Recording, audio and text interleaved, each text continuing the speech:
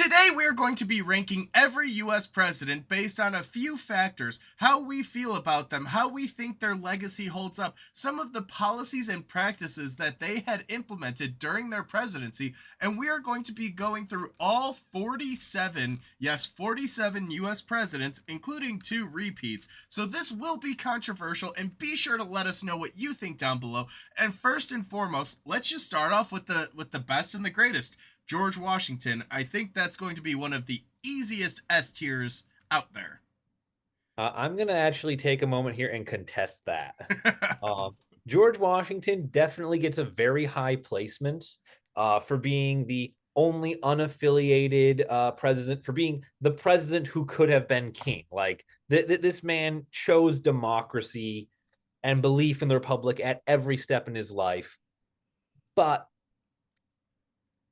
in terms of things he actually did, he's not the most overly accomplished president beyond the fact that whatever he did just became normal for everyone else.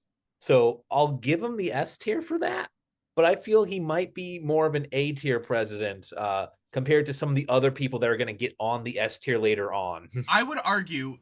So the reason why I would say he's hard S tier is he's the one that established the precedent of two terms and then leaving office. He retired off into the sunset. He could have held on to that position for the rest of his life, but he Yeah. didn't. He walked away, and he argued against bipartisan politics, saying that we needed a multi-party system. And for that He alone, I think that's S. He argued unsuccessfully. His only major actions were really presiding over the Constitution and putting down a rebellion over taxing alcohol. uh Like, as far as things himself, like, we'll leave him in S tier for now, and we'll move on to someone who is probably not S tier. the most useless president, I think, in the beginning, John Adams, which he has such an interesting backstory because he is a founding father. He is one of the heart and soul of Massachusetts, especially the Bay Colony. But he also defended the killers of the Boston Massacre. He defended the British troops in the American That court system. and that says to me a dedication to justice, regardless of political affiliation. This is an idea that was uniquely American at the time, that who you're associated with doesn't grant you immunity from the law, and actually, going through a full trial even as the defense, you know shows it, shows that. However, I don't think he gets a very high tier, just because it's under him that the infighting really begins, and part of that's not really his fault, but basically everything this man touches turns to dust.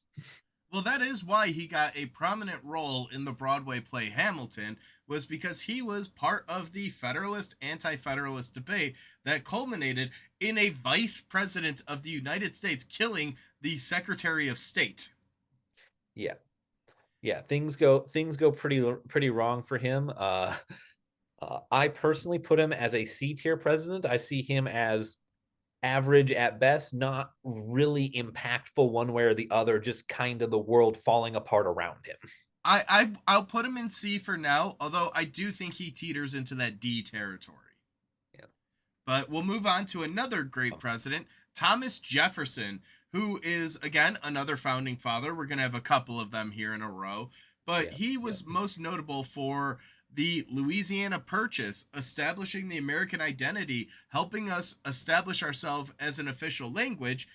Jefferson was a well read man. He was someone who was very educated, very proper, and he really carried that into the presidency. And in my opinion, I think he's one of the few people that really established it as a prominent role because Yeah. it really could have I have fallen into obscurity.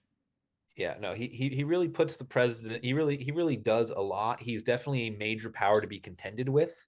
Um, I personally hold two things against him. The first is his active sabotage of his predecessor, John Adams, during John Adams' presidency. Like, he is the reason Adams fails at everything. And the second thing I hold against him is, he starts America down the path of imperialism. Yes, it is what made America a power, and this Louisiana Purchase and all, like it's what makes America what it is. That it really shaped it, and for that he deserves credit. But it's also what like directly feeds into a lot of other wars and shall we say other problematic actions of later presidents. It's kind of the precedent Yeah, for well, all of it. yeah, he kickstarts a lot of the Indian removal stuff that Jackson would Yeah. take and run with. But with all that considered, I really would actually say he's probably an A tier president, maybe Yeah. B tier. I give him a solid A tier just for long-standing impact. That like you know the morality of everything he does really keeps him away from S tier. Uh, Yeah, big time. but on impact alone, he's an A tier level force. And following that up, we have yet another Federalist in James Madison. And Yep. Madison is another founding father, another Federalist, so he very much supported Hamilton. And yeah, he had quite a few interesting aspects of his presidency. Yeah. I personally condemn Madison. Um, not for any policy decisions post right, but just straight up the War of 1812. He's president when the White House is set ablaze by the Canadians. Yeah, yeah, the Canadians are very, very proud of that. But Yeah. also, it was because of his wife, Dolly Madison, that the original portrait of Washington was saved from the White House because that was at risk. Yeah. Yeah. No, So, his wife does a lot of salvage operations on his behalf.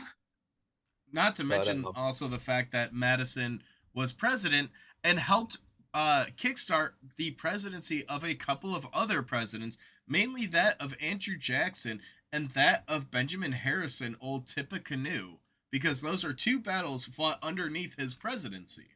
yep. Tecumseh's War is a war he fights because he takes off with the idea of just we need to civilize all these people that are living on this land that we now decided was ours. You mean the Native Americans? Yep. uh, Yeah, we need to civilize them. It's like, no, no, you don't. And I'll I'll throw out there for our boy Madison, I'll throw out there a B tier just because things happen.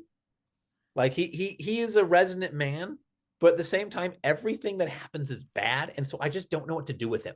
See, I think a B tier is way too generous. You think that's too high? You think he's what, C tier with Adams? I would throw him in C or D. I mean, I personally think D, but we can meet in the middle and throw him in C.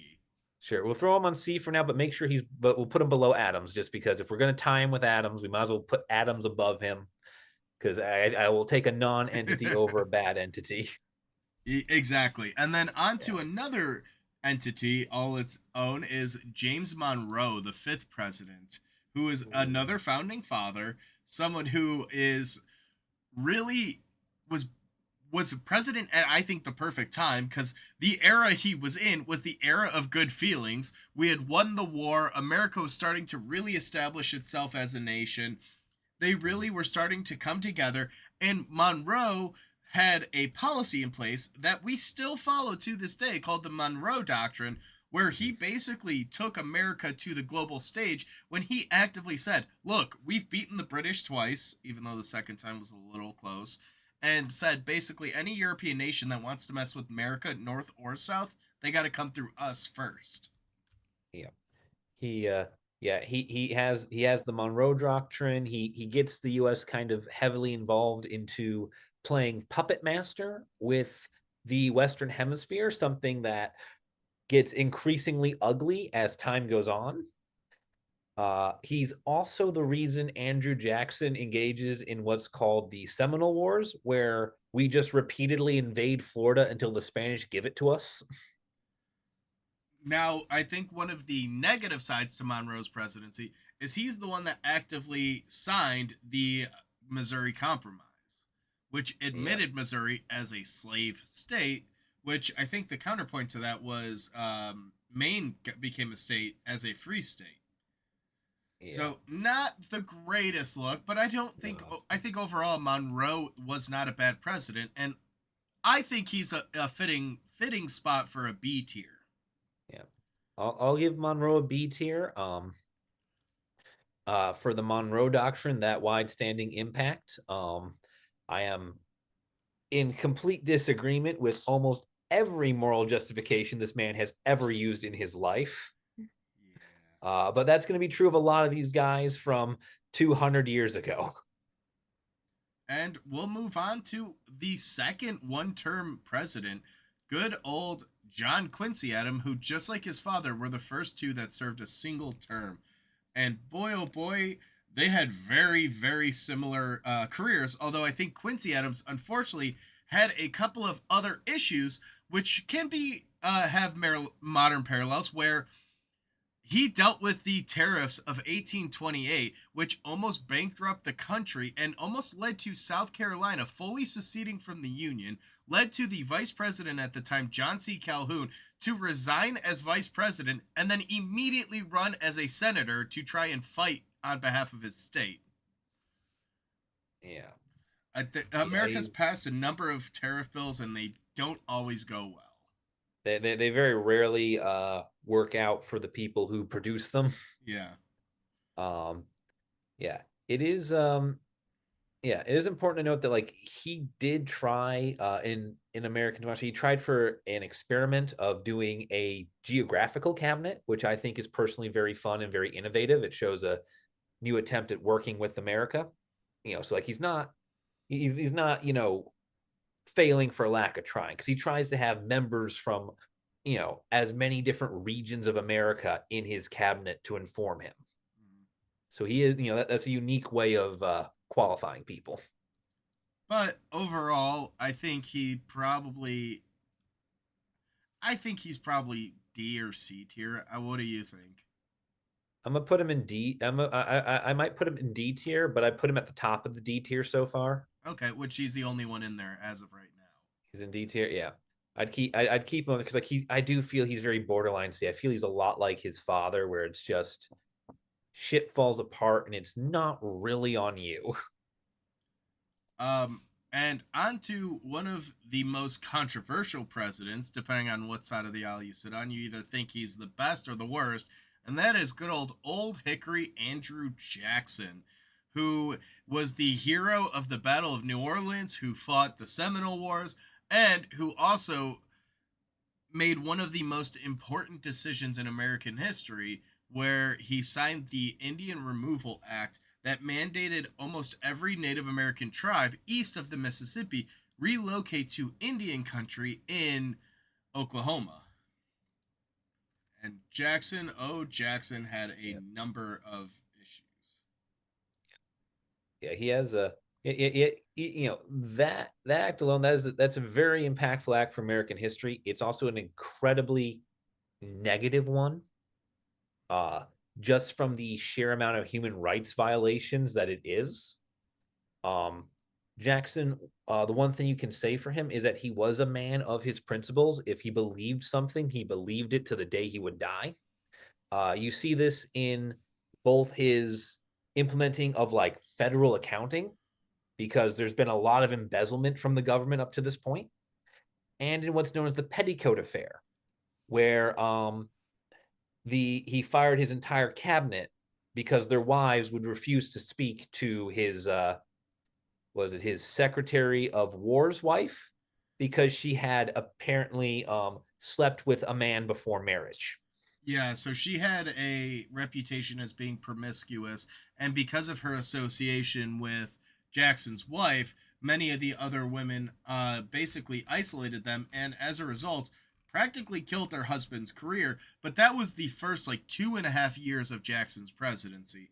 He also Yeah, would go on to inherit the bank war and the bank war and the nullification crisis. The nullification crisis was a continuation of the tariffs that Quincy Adams had implemented and had led to Calhoun officially resigning. And then afterwards, he made it his mission to deregulate and to get rid of the Second Bank of the United States, which acted as the Treasury at that time. So he really worked to dismantle systems that were in place that would benefit the masses. Yeah. And also would eventually go on to cause the Panic of 1837. So Jackson, That's Van Buren's problem. That's not his problem. but he was president when it started, and Jackson, Yeah, for he all of does. those reasons, goes in F tier in my books. We're gonna put Jackson down in F tier. All right, we'll put him in F tier. I might have put him in D tier at like the bottom of it, just because of his impact. But at the same time, you're an almost universally shit human being. All right, and Like then you are just bad. we're going to move on to the only U.S. president that did not speak English as his native language, and that is Martin Van Buren, who was the eighth president of the United States and who really didn't have a very eventful presidency, all things considered, although he dealt with a lot of hot button tickets, including Texas, border wars between, with Canada, among a number of other things, but also had a lot to do with the anti abolitionist movement. Yeah. Um, Unfortunately, a lot of Van Buren's actual like actions in his presidency are just continuations and echoes of Andrew Jackson's. It's under his watch that the Trail of Tears is fully carried out. Um, and he knowingly carries it out. Because Ralph Waldo Emerson writes Van Buren begging him to stop, and he refuses.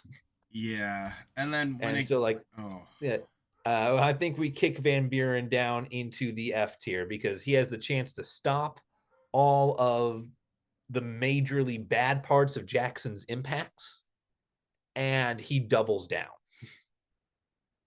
and then let's not also forget he caused border violence with Canada. So I do think that's an F tier. I think he's a F tier above Jackson personally, but Yeah, we'll go from there, and then we'll move yeah. on to We, I.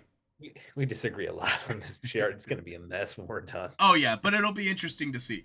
We're gonna go on to the ninth president, William Henry Harrison, who served the shortest term because he gave an almost 3 hour inauguration speech on a cold March morning, and it was cold, it was wet, it was damp, and he died just 30 days later on April 4th of pneumonia. And because he really didn't have a chance to do anything, he's a solid C tier in my books. The Solid Teacher is a non-entity. Yes, Um, null so and void. I'd have given him D, maybe a high D, but like what did you do as president? Oh, you became a corpse.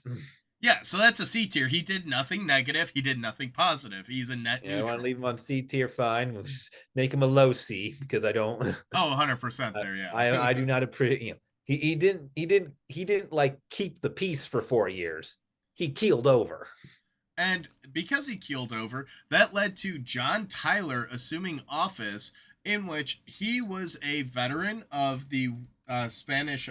I think he fought in the Spanish American War, and or no, he was the War of 1812. Sorry, Yeah, but he was 1812. a military leader, and his presidency was another one-term presidency. And very interesting is I bet you don't know one of the things he passed as one of his first actions. It's another tariff bill. Yeah, He yeah, it's signed another another tariff. tariff bill. He's also like I think because Harrison dies, he's also the first president that wasn't like directly elected. Well, yeah, and he didn't have a vice president because at that time there was no policy in place for electing the replacement president or vice president. And actually, he set what's known as the Tyler precedent because he just basically bullied his way into office. After Harrison died, we did not have any sort of constitutional process for replacing a president who died in office. So he basically just turned up the next morning and said, I swear the oath of the President of the United States. And a bunch of other people were like, no, no, no, we need to hold elections. But Yeah, because of that, that became the policy. And I don't think it was until after FDR died that they actually solidified the process of appointing a successor. yeah. But He's also responsible for the creation of Crazy Horse and all the wars out in the Dakotas, because this is the man that made the Oregon Trail. And unlike the video game where you just walk across a map and die from dysentery, uh, in this case, you basically invade a bunch of indigenous territory, build fortresses, and then shoot the Native Americans for fun.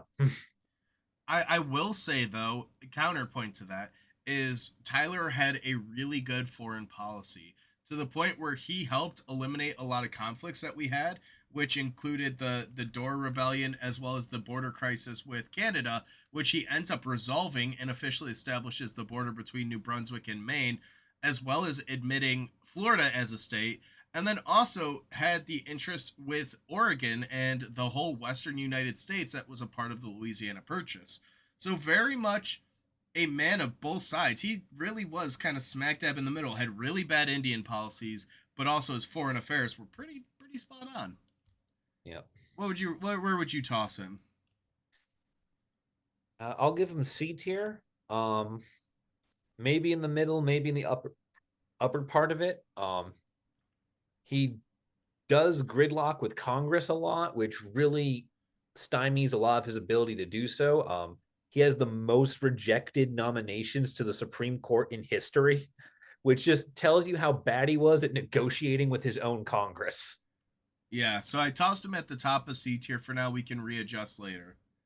Yeah. And then that moves on to number 11, James K. Polk, another war hero. And he arguably had some of the most expansionism in the United States because he helped fight the Mexican American War, which was directly caused by his annexation of Texas, which had been a republic for a couple of years at this point.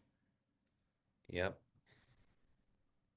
And he would also go on to negotiate the Treaty of Guadalupe Hidalgo. Yeah, which is what ends the Mexican American War. It's what gets America, Nevada, and California, and a lot of territories. What gets it to Utah? It's why we have the Mormons now. Which the Mormons escaped to the territory because it was Mexico and they didn't face the persecution. And then the Americans came a knocking. It's America. You can't leave us. He did also oversee the partition of Oregon, which was a really big point. So, he did a lot of good, but in reality, a lot of his presidency was, again, more organizational. He worked to remove some of the tariffs, he worked to organize states, he admitted a ton of new states, and I would put him like mid C tier. Yeah. And see, I give him a low B tops. Okay. Just because of how impactful the Mexican American War is, which he oversees. He starts it, he finishes it. I'll throw him in a low B, and then we'll go on to good old Zachary Taylor, who was one of the key catalysts to the Civil War, believe it or not. He was a war hero during the Mexican American War and ascended into politics and into a point of prominence after fighting in the War of 1812. He also fought the Black Hawk War. He fought the Mexican American War.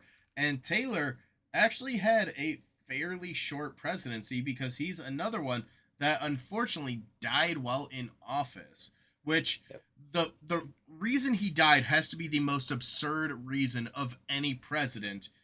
It basically is because he ate a ton of cherries and milk while attending a celebration and poisoned himself for it. He got gastroenteritis, enteritis. Oh God. Yep. He basically got sick from eating all the cherries and milk and died of it. Yep. It's a very short presidency. I'm honestly confused as to why he wanted the job in the first place, because he spent his entire time between winning the election and his inauguration away from Washington. He didn't want to give up his previous job as a military commander. He refused to talk to anyone about his cabinet appointees. He just quietly did them. He was very smart in who he chose, but just he despised the Game of Thrones here and all who played it. He hated politics. But then he also signed the Compromise of 1850. Yeah, yeah. He does something, but it's just one thing. Just like, I'm not sure why this man got in the chair in the first place, and you can argue that there's a hint of Washington in that, with George Washington not wanting the chair, but at the same time, what's going on here? I'm not sure. This is one of the presidents that I genuinely don't know what to do with. I would put him as a high D tier purely for the Compromise of 1850. All right, we can put him at the top of D tier. Keep things moving more or less. Yeah. All right. Next one. Millard Fillmore, who ended up ascending to the presidency after the death of Taylor, following the Tyler precedent. And he is also the last president to neither be a Democrat nor a Republican. He was the last Whig president. Yeah. So his presidency is pretty interesting because he really didn't do as much, but he took a pivotal point where he really tried to maintain the peace. He basically put a pause on politics to grieve the death of the president and just let things kind of fall into line. Yeah. He did sign the Fugitive Slave Act, which kind of a negative. Which a is huge it's negative. a major negative. Yeah. It was an attempt to keep the peace that proved incredibly divisive, because what it did was it mandated that law enforcement in any state was obligated to hunt down, arrest, and return any enslaved person who had escaped from slavery. The Northerners found this concept innately offensive, and the Southerners would scream bloody murder if a single day went by without their quote-unquote property being returned to them in chains. Yeah. He did also see the the Fugitive Slave Act was awful. He established the Mexico territory, the New Mexico territory. He admitted California as a state, presided over a lot of that. The other thing he did that was interesting, our Mormon friends, he appointed Brigham Young as the governor of the Utah territory. Here's what he did. Here's what he did that you're gonna harp on, Justin. He's the man who sent Matthew Perry to Japan. F tier. Yeah, there we go. See, and that right there throws him into F tier immediately from Justin. American trade really wanted to get into Japan because Japan was a closed market. So he sent a naval officer to bomb it. Gunboat diplomacy. You may notice this pattern repeat in approximately 100 years. All right. Are you cool with F tier, or do you want to bump him to D tier? I'm cool with him being an F tier president. I don't really like anything that he did. California. He did do things, but I'm not particularly happy with anything beside his appointments. So we have another interesting one here, which is Franklin Pierce, the only president from New Hampshire. And I don't even know who he is. His state's so small. He's got a really, really interesting thing, because one of the things he really did was he avoided the usage of the word slavery first and foremost. And then during his presidency was around the time of the Kansas-Nebraska Act and Bleeding Kansas, which was where a bunch of pro-free state settlers ended up moving to what is now Lawrence, Kansas, and started publishing a ton of anti-slavery material, newspapers, magazines, and a sheriff from a nearby county ended up getting a bunch of pro-slavery protesters, burning down the town, destroying the printing press, because if there's anything more important than the freedom of speech, it's the freedom of property, or perceived property. Yeah. So yeah, Franklin Pierce, not the best. Yeah, the best. You see Congress completely lose control at the end of his presidency with the 1856 election, during which they start caning each other to death. So like his reign ends in pandemonium. That was the caning of Charles Sumner, and that is a very interesting one, because Sumner was a Republican from Massachusetts and had said some pretty harsh things about slavery and the institution of slavery, and as a result, a Democratic representative from South Carolina, Preston Brooks, beat the man nearly to death because he said slavery is bad. Yeah, it got very heavily publicized because the Southerners like to claim that chivalry was what made them morally superior enough to own slaves.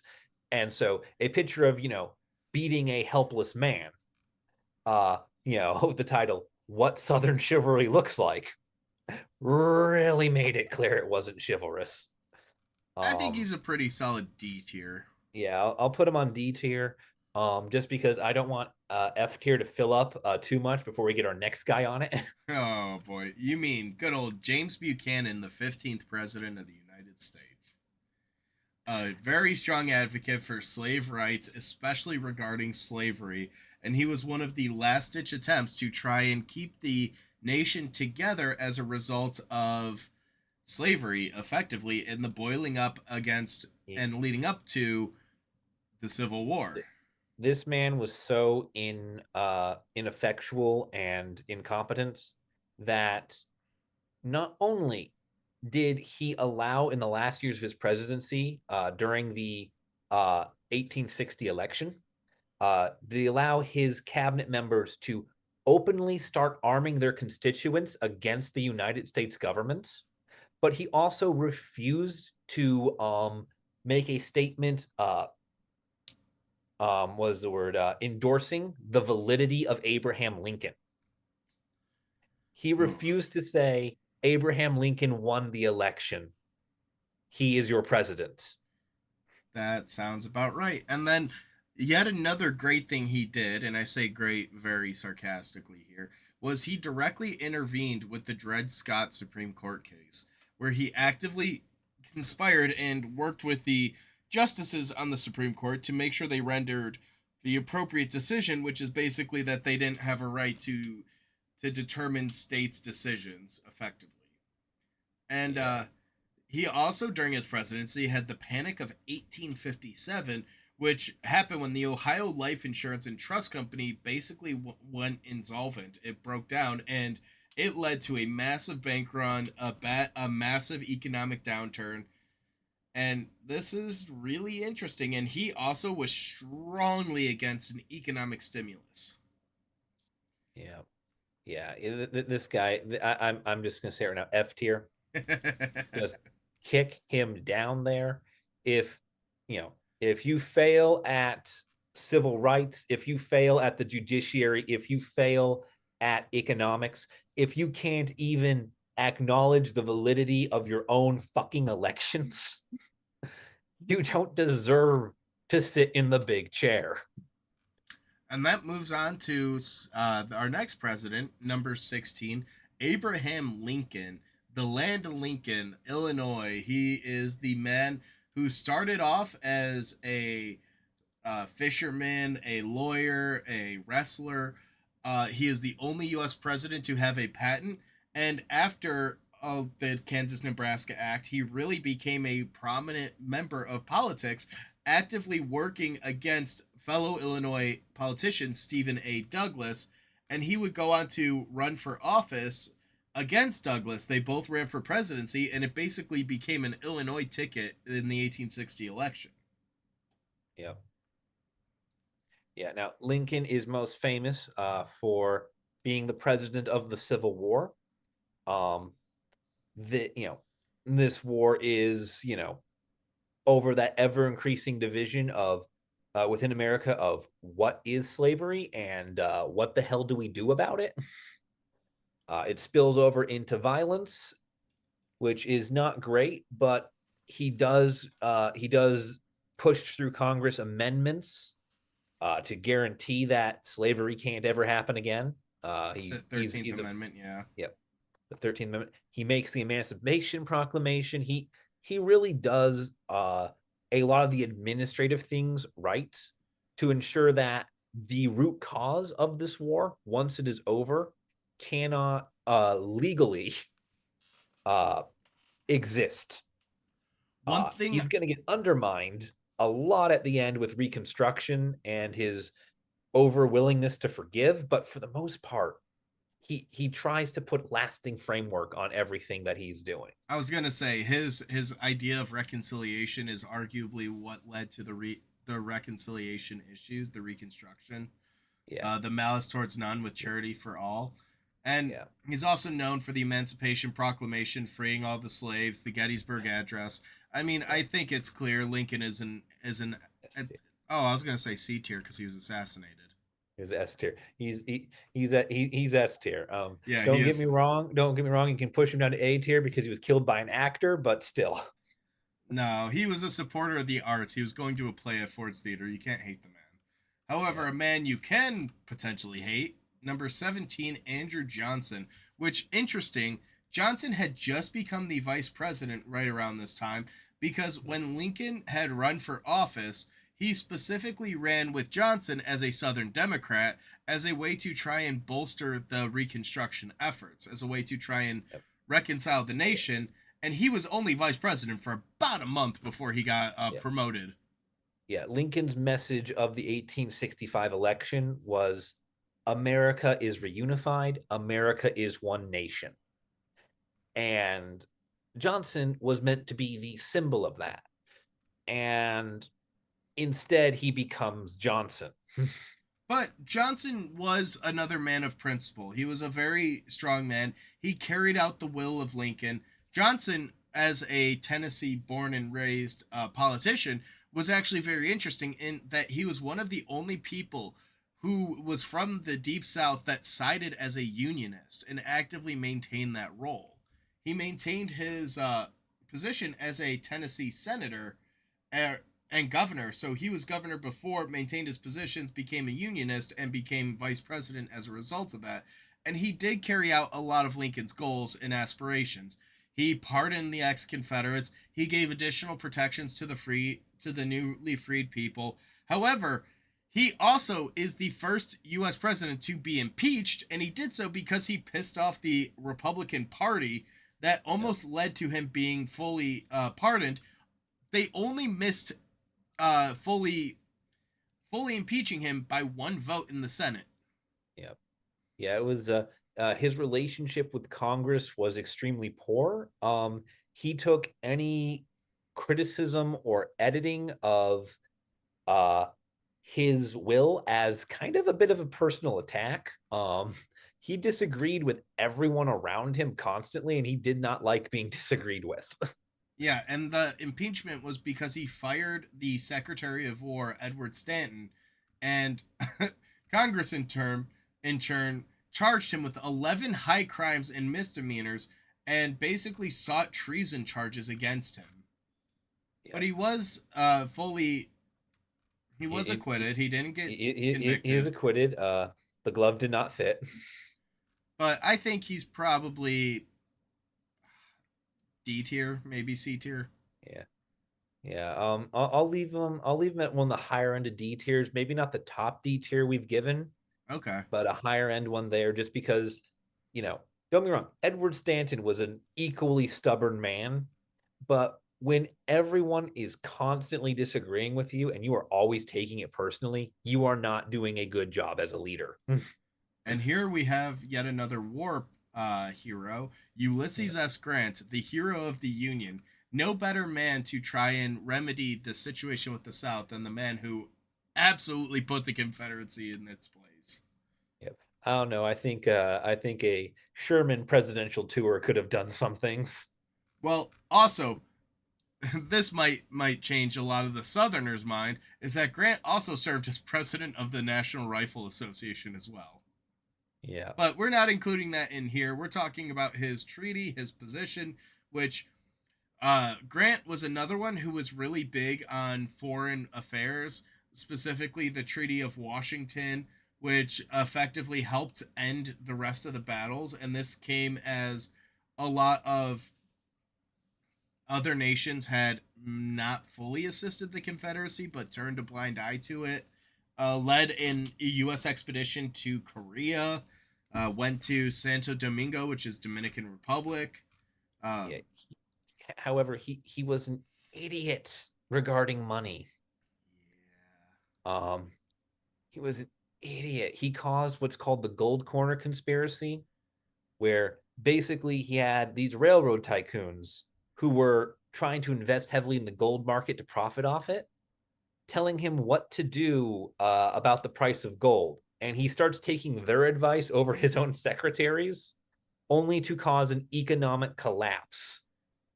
Yeah, because he was convinced that low gold prices would help farmers. But in reality, it just led to a bear market and ended up causing a minor economic collapse. Yeah. And then Grant also continued the policy of Reconstruction, which saw the ratification of the 15th Amendment, which is another one that came as a result of the Jim Crow laws. So he did do some positive there. Um, they really, he also was really big on having the military present in the South to prevent further insurrections and uprisings, and also would go on to pass the first Civil Rights Act in American history, the Civil Rights Act of 1875. Yep. Yep. He also, in 1871, did a minor invasion of Korea, Ah, that was his which, exploration. which I think is very fun. He killed 250 people. Okay, but for presidents, that's not very high. That's not too bad. So yeah, where are we putting him? I'm thinking Grant's probably a C tier because he has as many successes as he does failures. Okay, I was leaning towards B, but I think C could fit.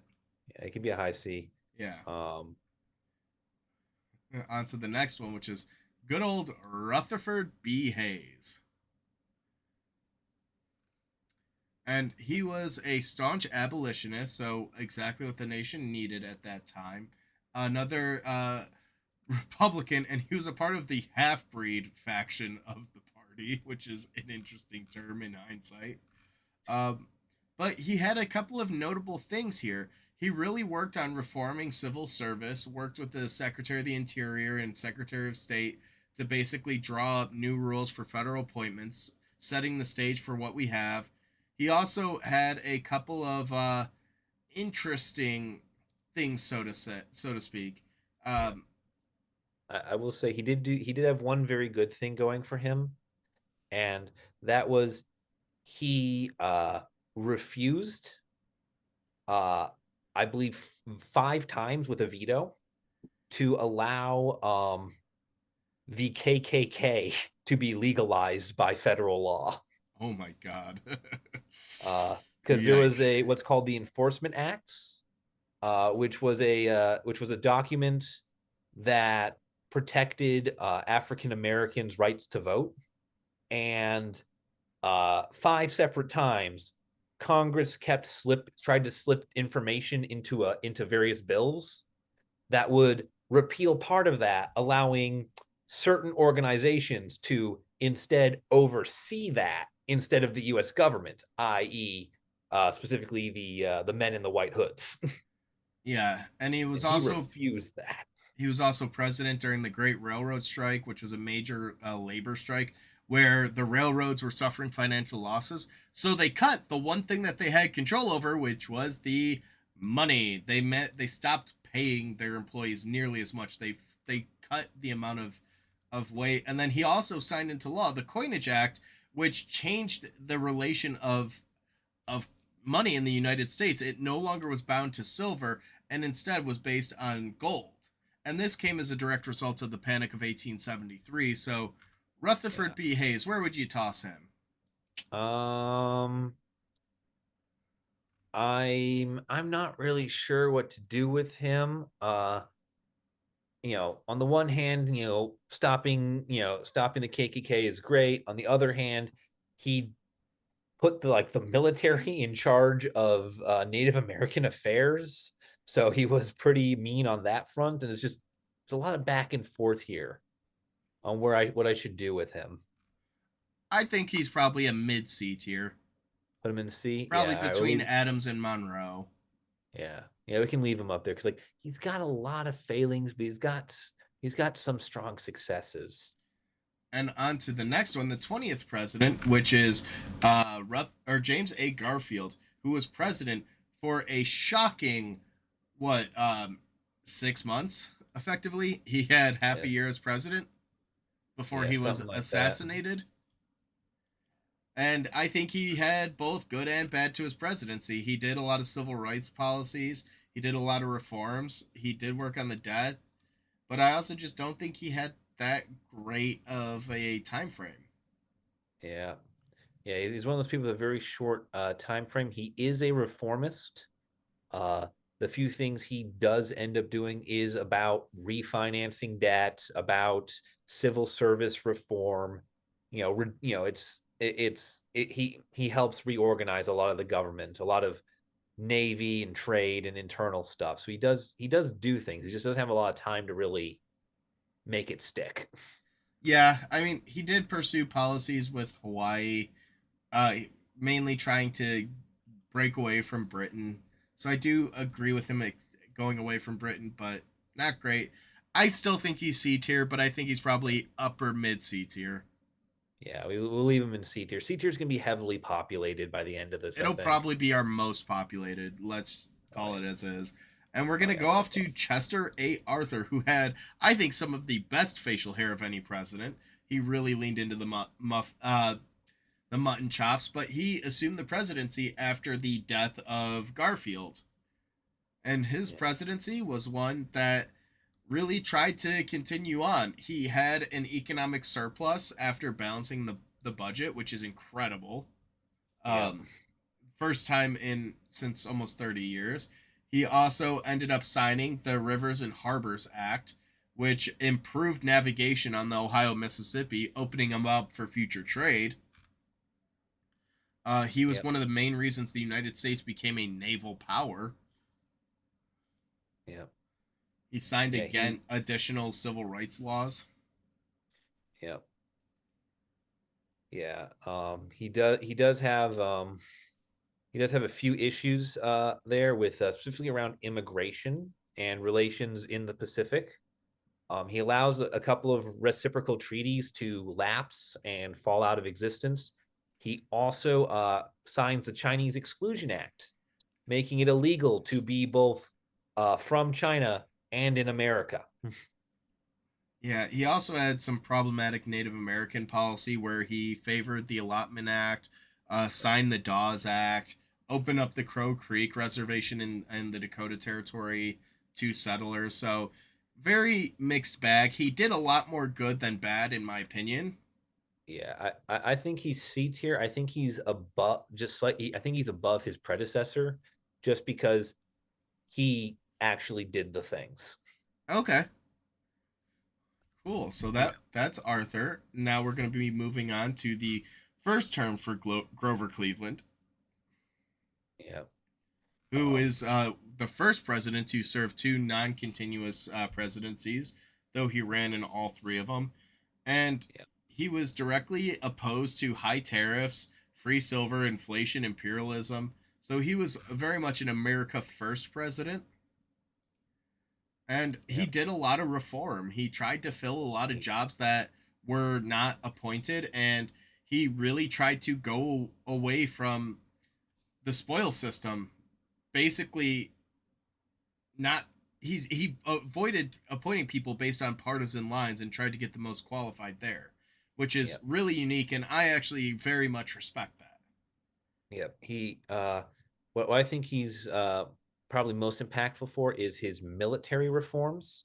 The U.S. military had been neglected for the past 20 years when he gets into office, and he makes a major push to modernize the army and the navy and to kind of build it up, more forts, more warships, more jobs in that round. That actually proves to have a great deal of foresight at the end of his second term, even though it's what he does here in his first term, some 10 years earlier.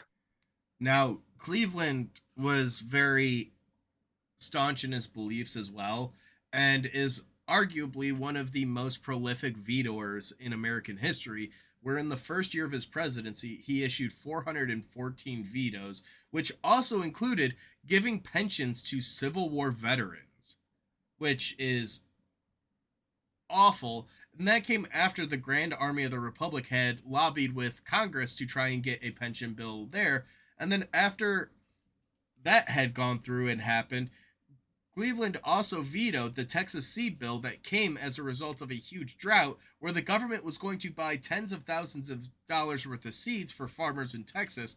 And he basically said, nope, we're not going to pay for that. We're not going to do that. Here's why I think his first term is at least B tier, for sure, is he uses the U.S. military to kick the white settlers off Native American lands because he argues that settlement, which had been authorized by his predecessor, was technically a violation of existing U.S. treaties. And so he sends 18 companies of soldiers to clear out all the white people that had invaded part of the Dakota. Well, that also came around the time where the Dakota Wars were being fought. So he really did have a lot of issues with that.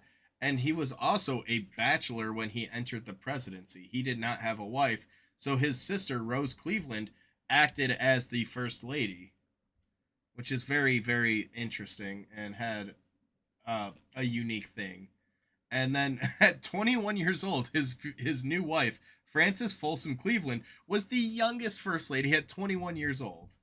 Yeah, all right. So where are we putting him for try one? If you want to put him in B tier, I think that's fine. I was gonna throw him in D tier just because I think that he did fumble a lot of things. Specifically the pension, the seeds, like not helping people that worked for the country and fought for the country.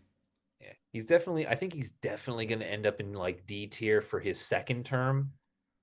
But I think his first term. I think his first term puts him at a decently B. Okay, I all right. I'll leave him at.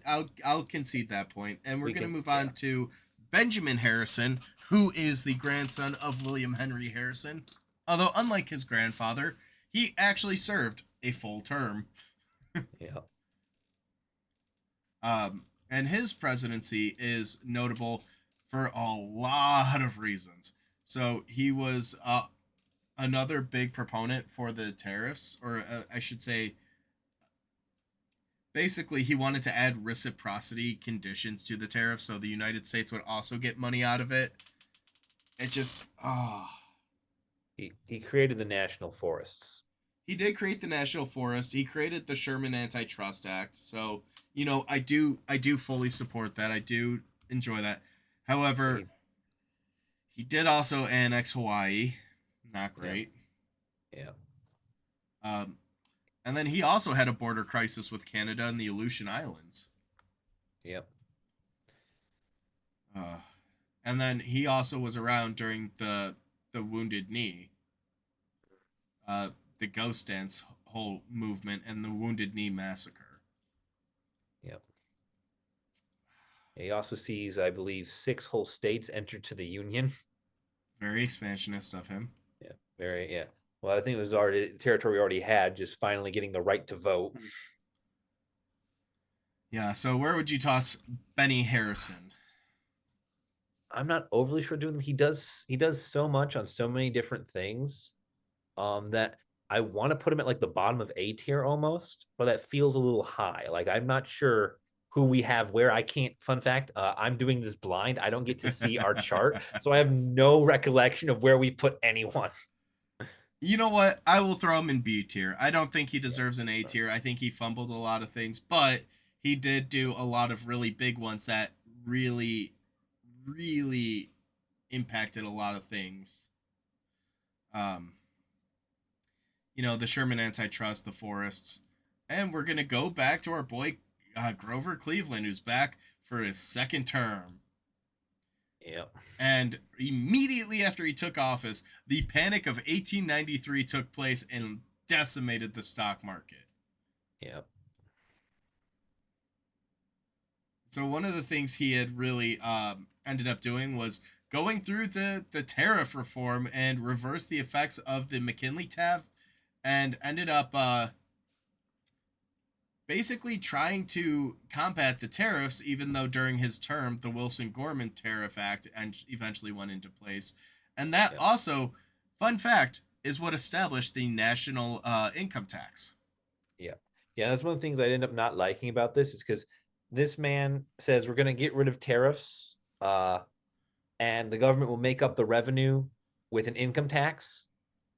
and then we still get tariffs and an income tax. And I'm not happy with that. I don't like that idea. And he also directly went against supporting additional voting rights in the Enforcement Act of 1871. Um, and then, of course, during the labor issues, there were a lot of labor strikes, including the Pullman strikes. Ooh. So, it's not the great thing.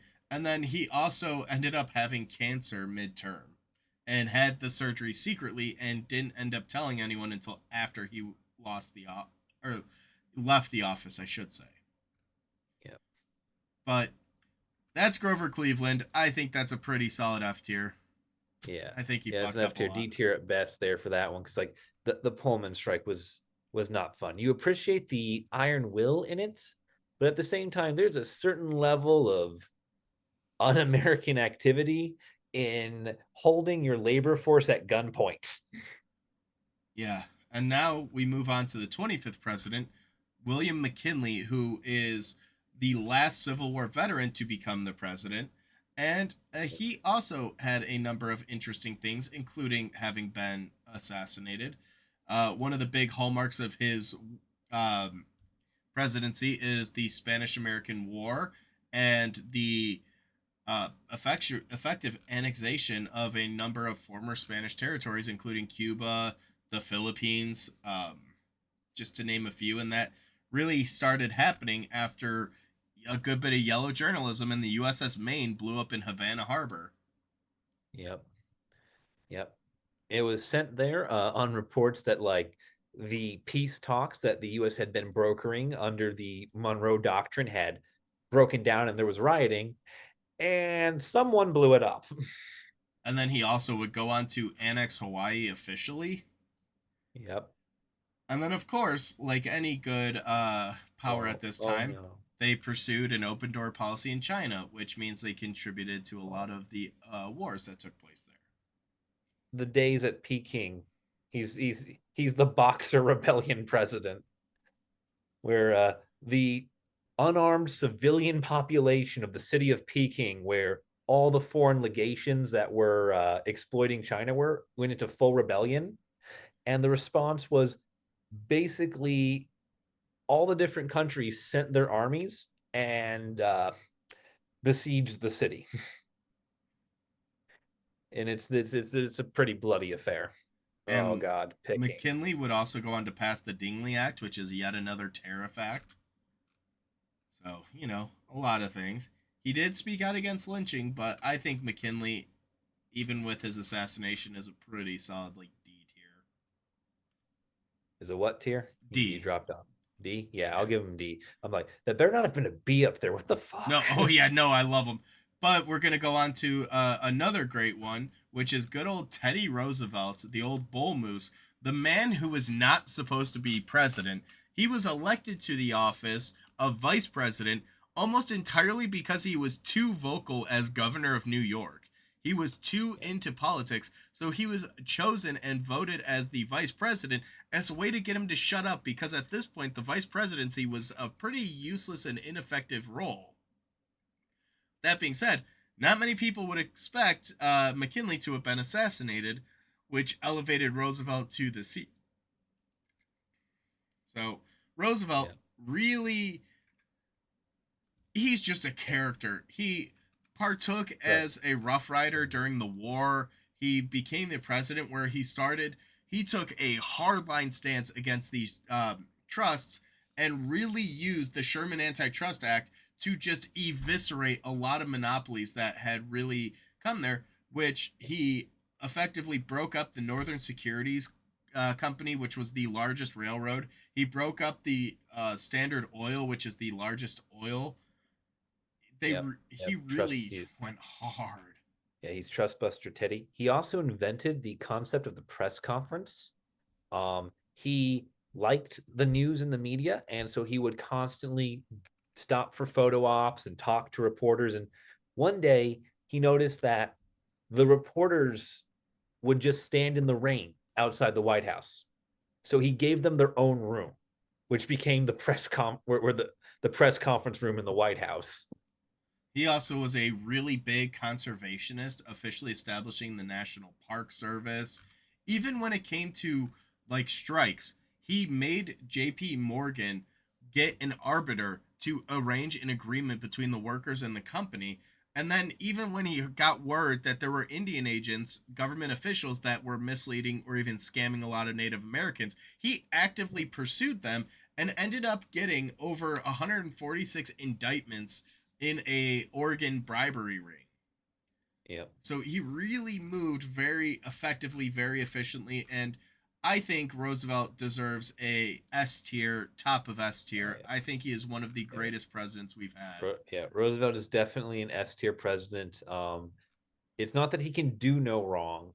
It's that when he does good, he does it so well that it's something that sticks. He's thorough. It's generational. Yeah. And then we're going to move on to William Howard Taft, the fattest president ever to be in office. And then he also is unique in that he is the only U.S. president to have served as president and Chief Justice of the Supreme Court, a position that I don't think he necessarily earned. He was a lawyer and a judge, but when it came time for his appointment to the Supreme Court, he demanded to become the Supreme to the judge. He demanded to become the Chief Chief Justice. Judiciary. Yes, he wanted to be the top judiciary because he effectively pulled the card of, well, I was president. You want a former president to answer to other judges, and it just bullied his way there. Yeah. Yeah. Also known as I survived a conversation with Teddy Roosevelt mentality. Which Taft did continue on the lawsuits against the trusts. He went into breaking up the U.S. Steel. He worked against more against Yeah. Standard Oil, the American Tobacco Company. He continued a lot of the good work that Roosevelt had started, and even continued expanding the conservationist movement, where he continued to pull public lands from the public domain and started doing a lot more national parks. He officially established um, a number of national parks, national forests. Yeah. Although He does a lot of problematic. he does have some issues with tariffs. Um, he does what is a lot of reciprocal tariffs, but there's he gets into a big fight over revisions to existing tariff acts, and it causes about 2 years of economic chaos because he says, "Hey, this obscurity means we get to reduce the tariff, so we're going to do that." And Congress goes, "What? No, no, no, no." And he goes, "I'm going to go do this." Congress goes, "Stop." And he goes, "I can do this." I mean, Taft also refused to hire any African Americans to federal jobs, so that's kind of problematic. Um, And very interesting, I mentioned how Taft himself was a Supreme Court judge. He had made 6 appointments to the Supreme Court, which is more than George Washington and FDR. So he managed to hire 6 of his colleagues before he would eventually get promoted to the position himself. So very controversial, but he did do some good things. He did try to run for a second term, but he broke away from Roosevelt and lost massively as a result. So I would put Taft at a solid A tier. Taft A tier. I'll give Taft an A tier for the most part. We're more stingy with He's A tier than anyone else. yeah yeah he's I'll let him have that. He's at least a B tier for the fact that he is solidly consistently doing, and not in a way that is openly harmful to the American people. Yeah. Ooh, we get Woodrow Wilson next, don't we? Yes, and that is exactly who we have is good old Woodrow Wilson, who did a lot of things. Firstly, he began with trying to cut a ton of the tariffs that were in place and really tried to push to remove a lot of it, and ended up passing the Revenue Act of 1913, which is known as the Underwood Tariff Act, that reduced tariffs and replaced the large amount of income with a more unified federal income tax of 1% on income over 3 grand. You know, he's one of the economically smart presidents. Like I've bashed on a lot of previous ones for being financially illiterate. Um, America doesn't have a bank by the time Wilson's in charge, and so he creates the Federal Reserve System to basically resurrect Hamilton's idea of centralized economics for a centralized government. And he And also, it's what yeah, we've been working off ever since. So it must be at least functional. he also continued the antitrust movement where he built upon the Sherman antitrust and ended up passing the FTC Commission Act of 1914, which established the Federal Trade Commission, and signed the Clayton Antitrust Act. So it really continued on that work and really helped build even more. And he worked for the autonomy of the Philippines. He gave a lot of people their freedom and their positions, and he also ended up purchasing the U.S. Virgin Islands. Yep. Oh yeah. He also does something that's very good for human rights. He passes a child labor law, which Ooh. made it illegal for goods to be made using child labor. You could not purchase goods that were made with child labor in the United States. He initially didn't want to do this on the grounds that he was worried it would lose a constitutional challenge. Which, fun But fact, public opinion was so far in favor of it that he went ahead anyway. so fun fact about that is with him signing that law, it basically nullified a proposed amendment that had gone through a few ratification stages outlawing child labor.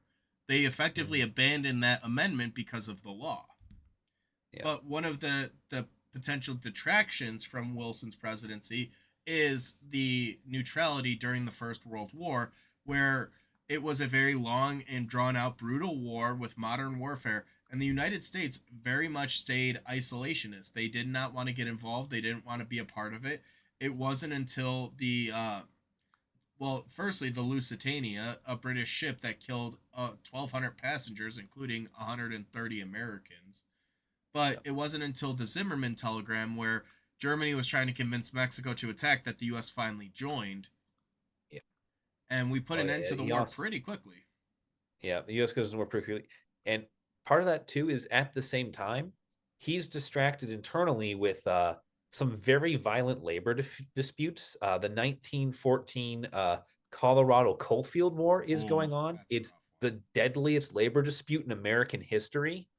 Um, it's it's not good, but it does result in Wilson forcing the adoption of the 8-hour workday as like the mandatory standard workday, as opposed to the 10, 12, or 16-hour that was being imposed elsewhere. So Wilson, and then at the end of the First World War, he ended up pursuing the League of Nations, which was a precursor to the United Nations, where he suggested, hey guys, maybe if we all work together, we wouldn't fight again like this and maybe avoid big conflict, maybe. And that was adopted almost universally by most of the nations that had participated, Oh yeah. with He, the exception of the United States.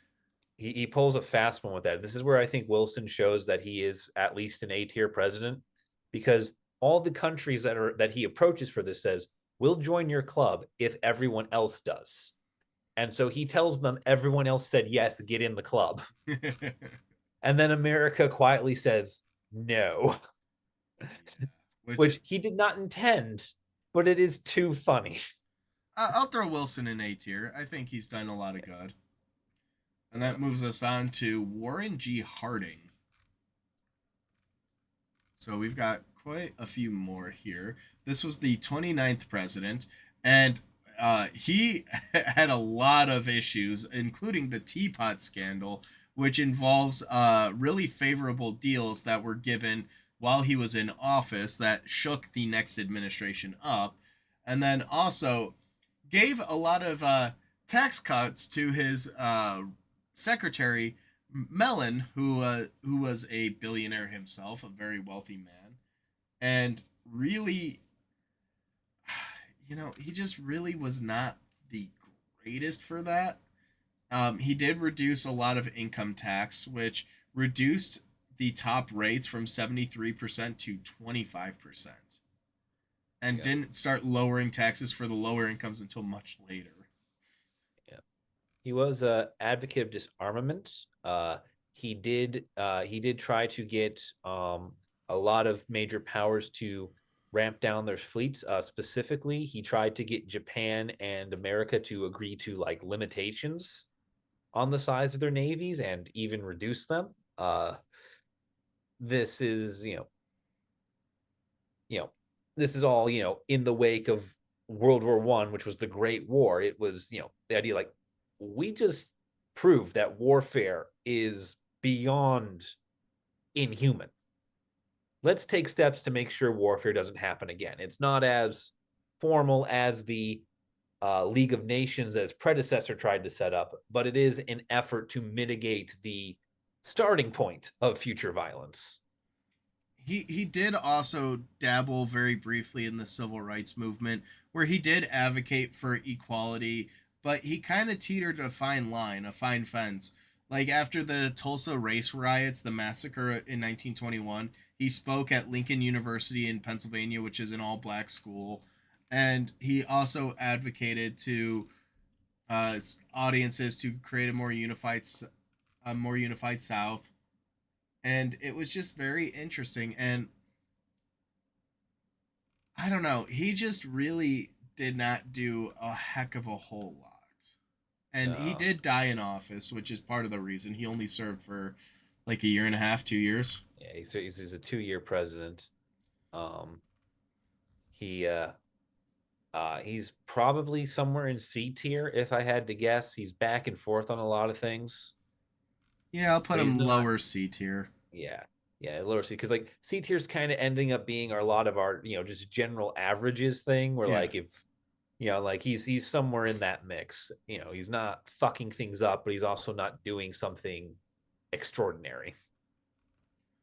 So, and then that gives us our next president, Calvin Coolidge, who ended up serving for a term and a half. And he was very much a proponent of small government. And he really passed a lot of the taxation policies that Andrew Mellon had given, basically saying that it would really increase. He basically just kept cutting taxes, which also ended up kind of extending our federal debt. They did pass the Act of 1924, which legalized the wealth or the debts and the taxes.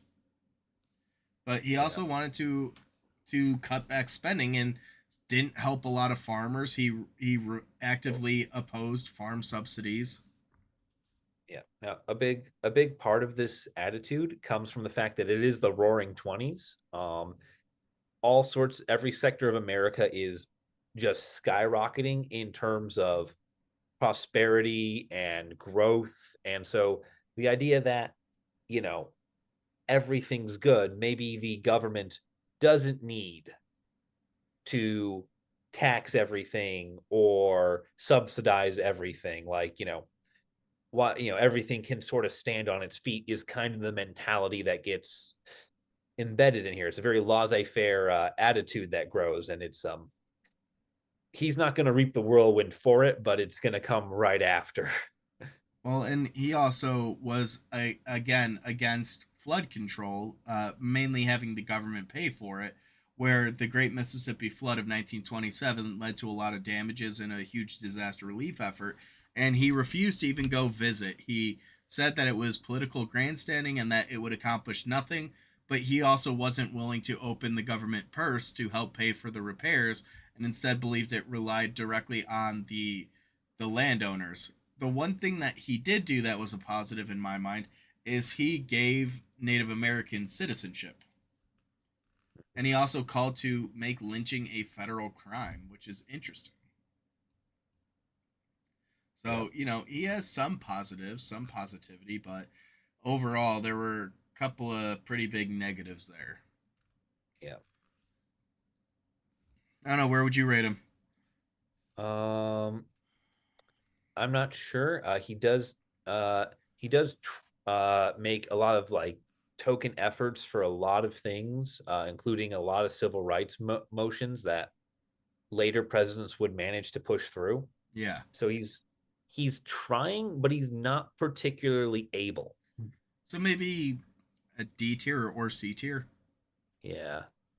I'll give him a high D Okay. on this, just because he's his policy is let's not do anything, and that's where he's most successful. Yeah. So we're gonna move on to the next president, Herbert Hoover, who is almost directly blamed for the Great Depression, especially Hoovervilles, which were homeless encampments. Yeah. And effectively, after Black Tuesday, he tried to put a positive spin on the economic collapse that had occurred and tried to No. say it was a good thing. Yeah. Yeah, this man going into his presidency was accused of a lot of discriminatory things and doing a lot of forced labor camps, specifically because he was responsible for fixing a major flood disaster, and he did not do it in a user-friendly way. So this guy is, oh, he's it's bad. But yeah, the Great Depression is kind of out of his control. He wins his election, comes into it, and within the year, the momentum just collapses. And, in terms of like civil rights, he actively deported more Mexicans to back to Mexico than pretty much any other president, where Yeah. he saw the repatriation or deportation of 300,000 to 2 million Mexicans and Mexican Americans, which between 40 to 60% of the people he deported were American citizens. Yeah. Yeah, he did not care at all. He's also the guy that really pushed on the 18th Amendment. Yeah. Like he was very much all in on saying no, you should follow it. Alcohol is evil. Bootleggers are criminals. Report them. And the Yeah. Americans were going, life sucks. You think we care who has booze? Well, I don't think Hoover was the worst president. I think he's probably a solid lower D tier. Yeah. And that Yeah, leaves us, he's a D tier. and that I think will be a great place for us to stop off on this specific half. We're already running over an hour. This took a lot longer than I thought, but we're going to save the modern presidents for the next time. So if you really want to get upset and you really want to get heated over our discussion and our topics, be sure to tune in. We'll end up dropping this a week from when this episode goes live. So please be sure to tune in and let us know your thoughts. And if you disagree with us on this list, please be sure to comment it down below so we are aware. And we will see you guys in the next video.